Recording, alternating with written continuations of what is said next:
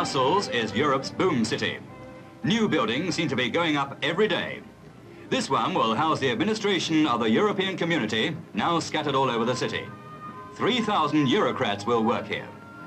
Workmen from all over Europe are helping to build the new headquarters. It'll even have a heliport on the roof. After years of work, the effects of the common market can be clearly seen. The barriers are almost down, and the goods move freely across frontiers closed only 10 years ago. The common market is changing Europe's way of life.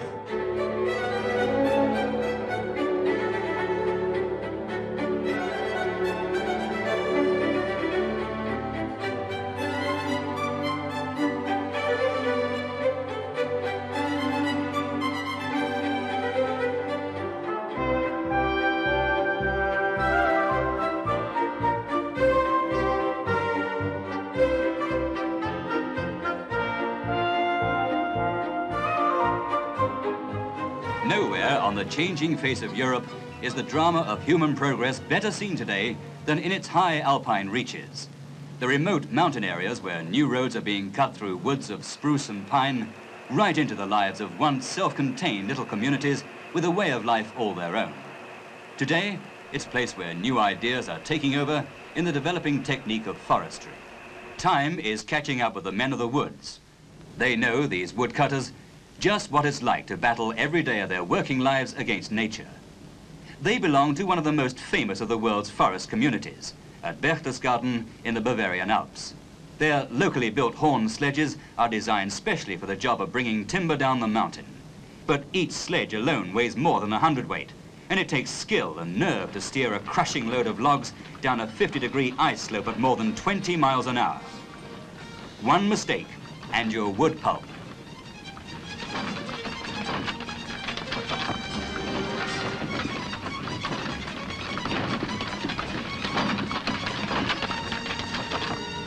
A 100 years ago, a quarter of the population, some 2,000 people, were still working in wood. Today, hardly 500 make a living out of woodcraft. The old crafts are dying. But when he's not working in the forest, many a lumberman can still turn skilled hands to figure carving, with the family joining in. At the Berchtesgaden Carving School, they're finding it hard to get local boys to learn the craft. With well-paid jobs available in the towns and cities, the 4-year carver's apprenticeship without wages holds little attraction. And in our motorcar civilization, another craft is on the way out, the wheelwrights. There's still work to be done on the sledges, even now the only sure means of transport at these heights in winter. Only in the Königssee area of Bavaria can man-powered sledges like these be seen. And it takes a lumberman's physique to pull these ice gondolas on a 12-mile slide across the lake and back.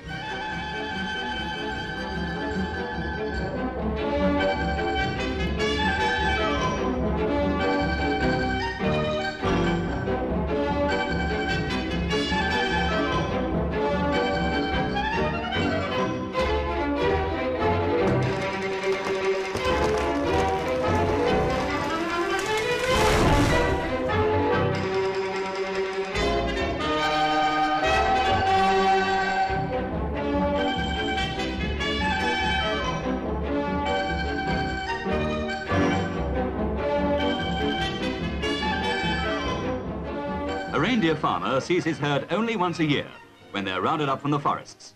For the rest of the year, he fishes, hunts, grows enough potatoes for the family, and keeps a cow or two for milk. But with the new motor roads that have been pushed into Lapland over the last 25 years, most Lapps today shop at supermarkets. Even on top of the world, life is changing. The family car, in the form of a 2-seater motor sledge costing about £400, has come to Lapland, a product of the mid-20th century that is quickly changing the ways of a people who have used the reindeer sledge for 2,000 years. Once a year, the Lapp reindeer farmers get together for a day's sport, the sport of reindeer racing on a frozen lake, in this case in northern Finland. To own the fastest reindeer in the district is a great honor. First, individual times are taken for the circuit, with the rider towed on skis. The gait is awkward and loping, but a steady 20 miles per hour is kept up.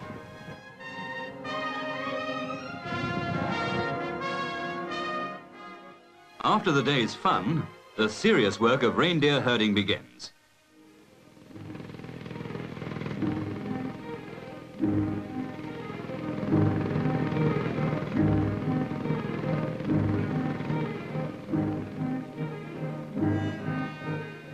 During the annual roundup, teams of laps may be out for a week or more getting together the herd. Lap women work the reindeer alongside the men.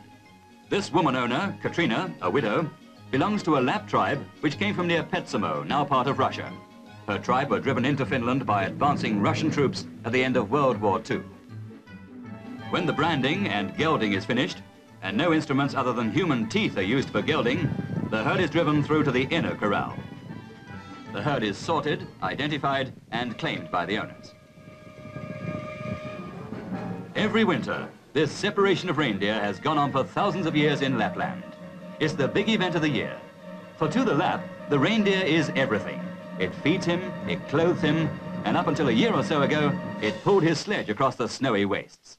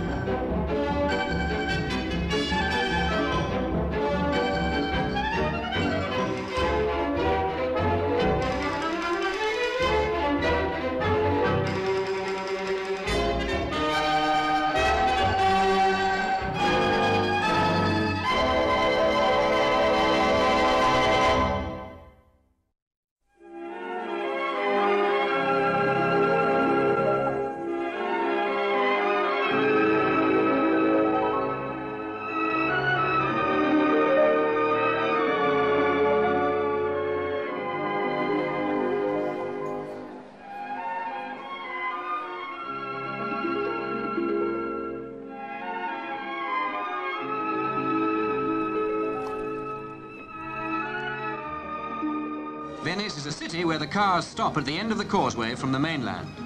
Everything goes by water, through the traffic jams. Even the produce comes in by barge. The main post office uses boats. The police patrol by motor launch. Removal vans go by water. And even the dustmen cast off. It's all highly romantic. After all, what is Venice? A city of merchants, just as Shakespeare said. A small, artificial city built on a set of islands driven into the mud at the end of a lagoon. It's guarded from the Adriatic storms by a broken sand spit that starts with the holiday town of Jesolo, whose beaches attract 50,000 people from Britain every year. Yet, at the mercy as it is of tide and time, Venice is almost certainly the world's most concentrated treasure house, visited, it's said, by 2 million tourists a year, who spend a vast fortune to stand and stare. Tourism is its greatest industry. But every year, on the big tides, Venetians are used to the sight of the lagoon overflowing the St. Mark's Basin and bubbling up through the paving stones of the square itself. It's all part of the life of Venice, with the pigeons and the tourists enjoying themselves, keeping dry.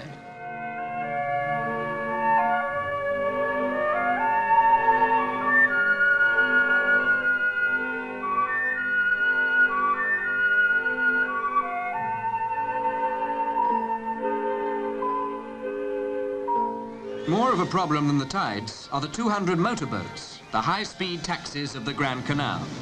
They wash the foundations of the priceless palaces, churning up the water. One extra reason why Venice is sinking a fraction of an inch a year. But meanwhile, Venice goes on. Not for nothing was it the city of pleasure through one civilization after another. It doesn't really change much. It's still the most romantic and to millions the most loved city on earth.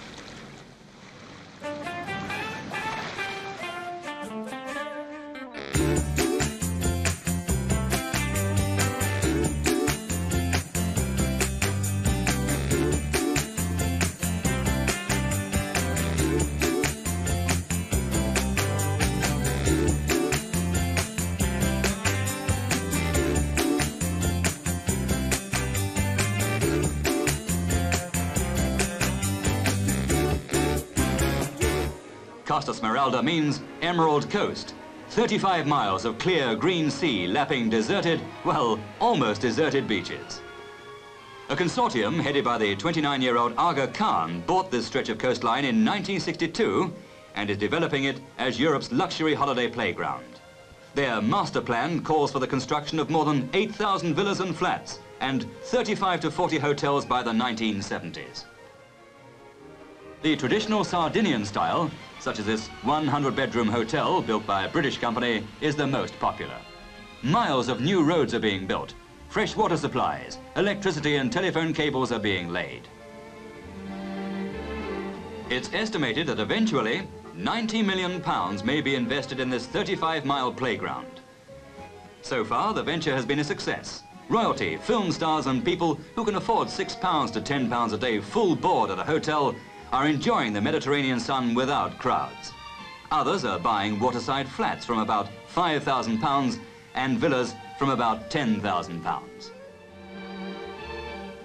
A Costa Smeralda holiday is essentially a quiet, crowdless day, which is the whole point of the place, on a private beach with plenty of service near at hand. In the evenings, whether at hotels, clubs or barbecues or beach houses, there are foods brought from all over Europe.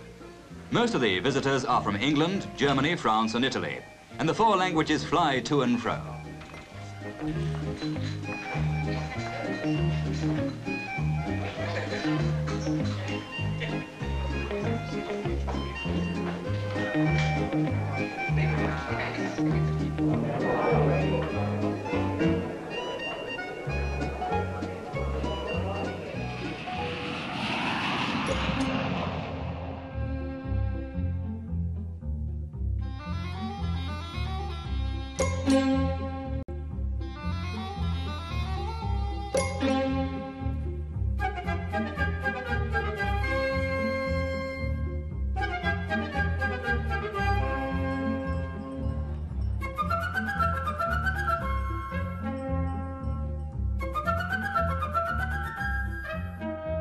Nepal, a non-aligned neutral, determined to be friends with all the world. Grateful to China for this fine road which leads from Chinese-occupied Tibet to the Nepalese capital, Kathmandu, pointing towards India. Roads that have helped open up a country that less than 20 years ago was practically inaccessible. Kathmandu, one of the most magnificently adorned cities in the world, holy to Hindus and Buddhists. A thriving center for many long centuries, but only open to the outside world since 1951, when the present king's father overthrew a regime which had kept Nepal utterly isolated. But into this ancient culture creeps remorselessly the Western way of life. The old-time traveler did when in Rome as the Romans did. Today's tourist will only spend his money in a home from home. So up go the air-conditioned hotels in that might-be-anywhere style of architecture, and into them go the manifold glories of Western civilization.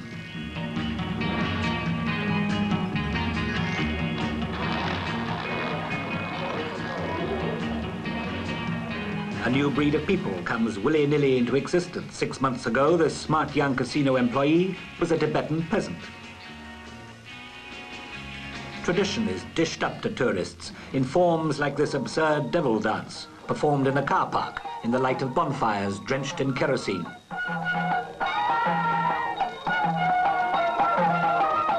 Which is not to say that genuine thrills and experiences cannot be found. An enormous tract of jungle in the Terai has been set aside as a game reserve.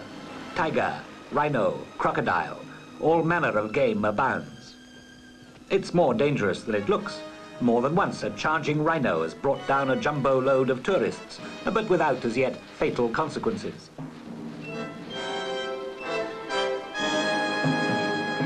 Aid, tourism. Nepal needs both. As, with a rising standard of living, Nepal ventures belatedly into the 20th century.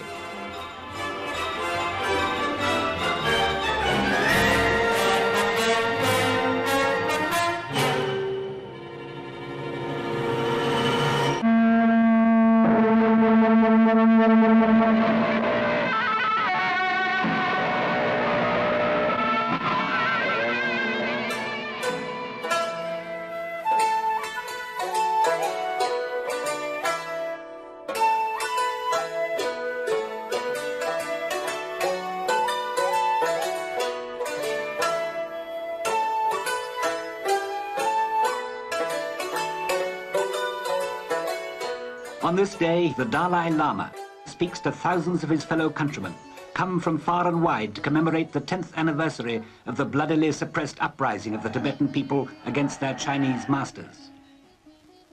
The Dalai Lama is 34. Astrologers and priests chose him at the age of 2 from a poor farming family as the child into whom the previous Dalai Lama had been reborn. Superstition? Perhaps, yet it would be hard to imagine a better choice.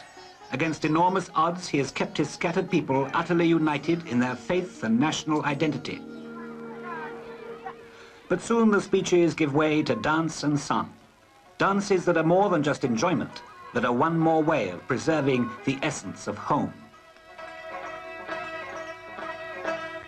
Can exiled Tibetans preserve their national identity, or will they in time become absorbed into the ways of their host countries? Who can tell? High in the mountains, the Dalai Lama waits in exile, an exile that may well endure for all his lifetime.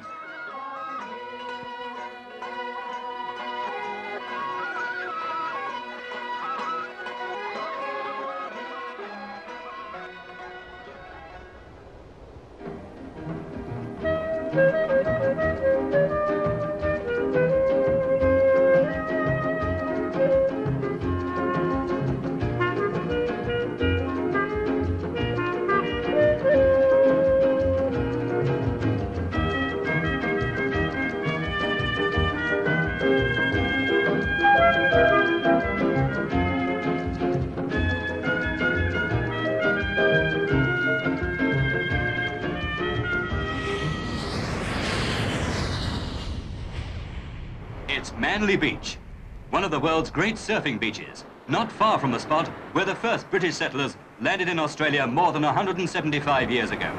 And even in those hard-living days, landings could hardly have been less comfortable than this.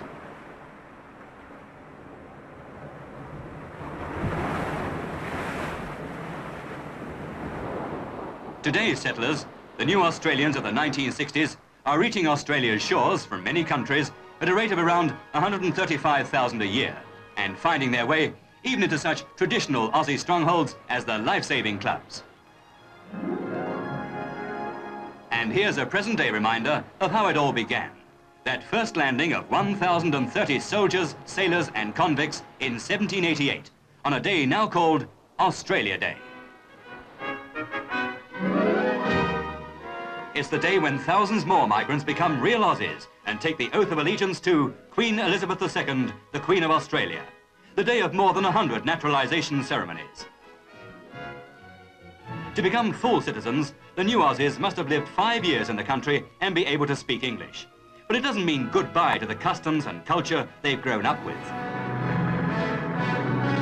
Migration on the scale Australia knows today means a two-way traffic in ideas and habits and tastes. In the bigger cities, a growing cosmopolitan trend. For in this town, 9 out of 10 people are migrants.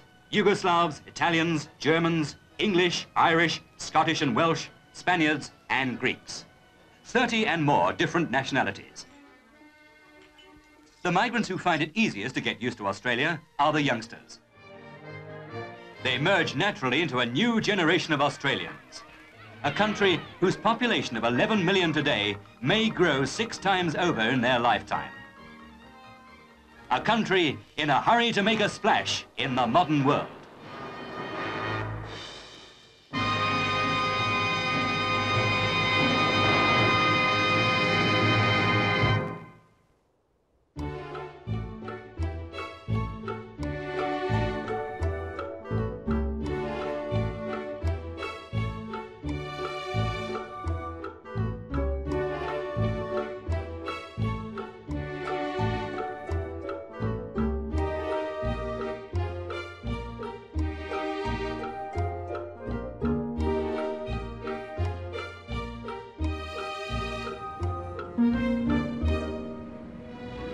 High among the snow peaks of the Andes, La Paz in Bolivia.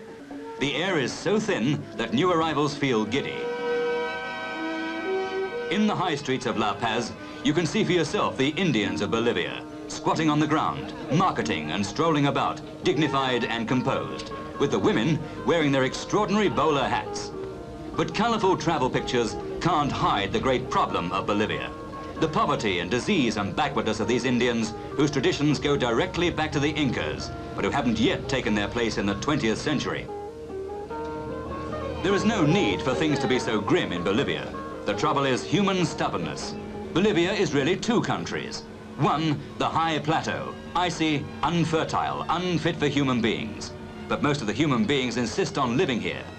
The other is a rich tropical land, only a few hours away. But people won't go down there. Down the mountain road that falls 12,000 feet in 50 miles lies a green world where crops grow almost without asking. But the little towns there are half empty, and the main business is smuggling over the border to Brazil. Fortunately, there is some more constructive work being done down here, and in a small way, Britain is helping. In these lowlands, some of the finest coffee in the world could be grown, but the results haven't been good because the Bolivians don't have the know-how yet. Now they've got Michael Dixon, a young Scotsman sent out from Britain to help them. He'll be here for a couple of years, and then he hopes they'll be helping themselves. That's always providing the Indians will come down from the cold plateau to the valleys and plant and pick the coffee.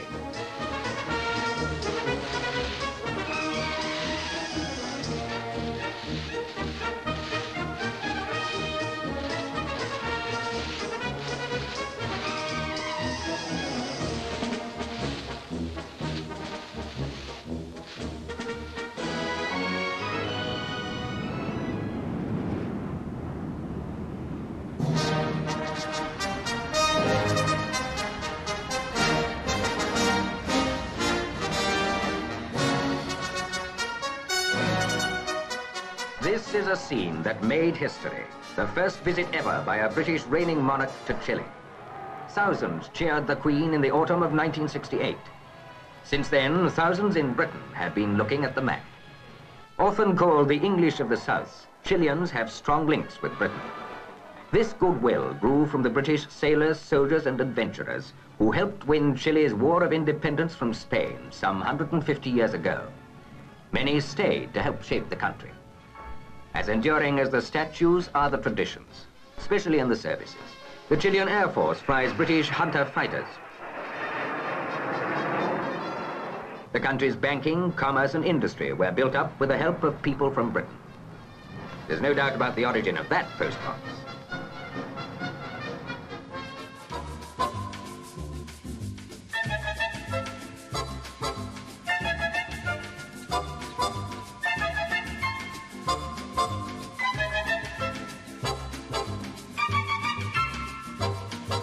Chileans are highly conscious of attractive presentation.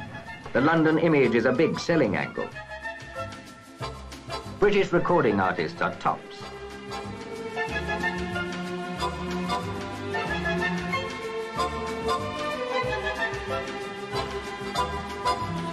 At the Anglo-Chilean Institute, inaugurated by the Queen, 400 apprentices a year will learn their trades, mainly on machines presented by Britain.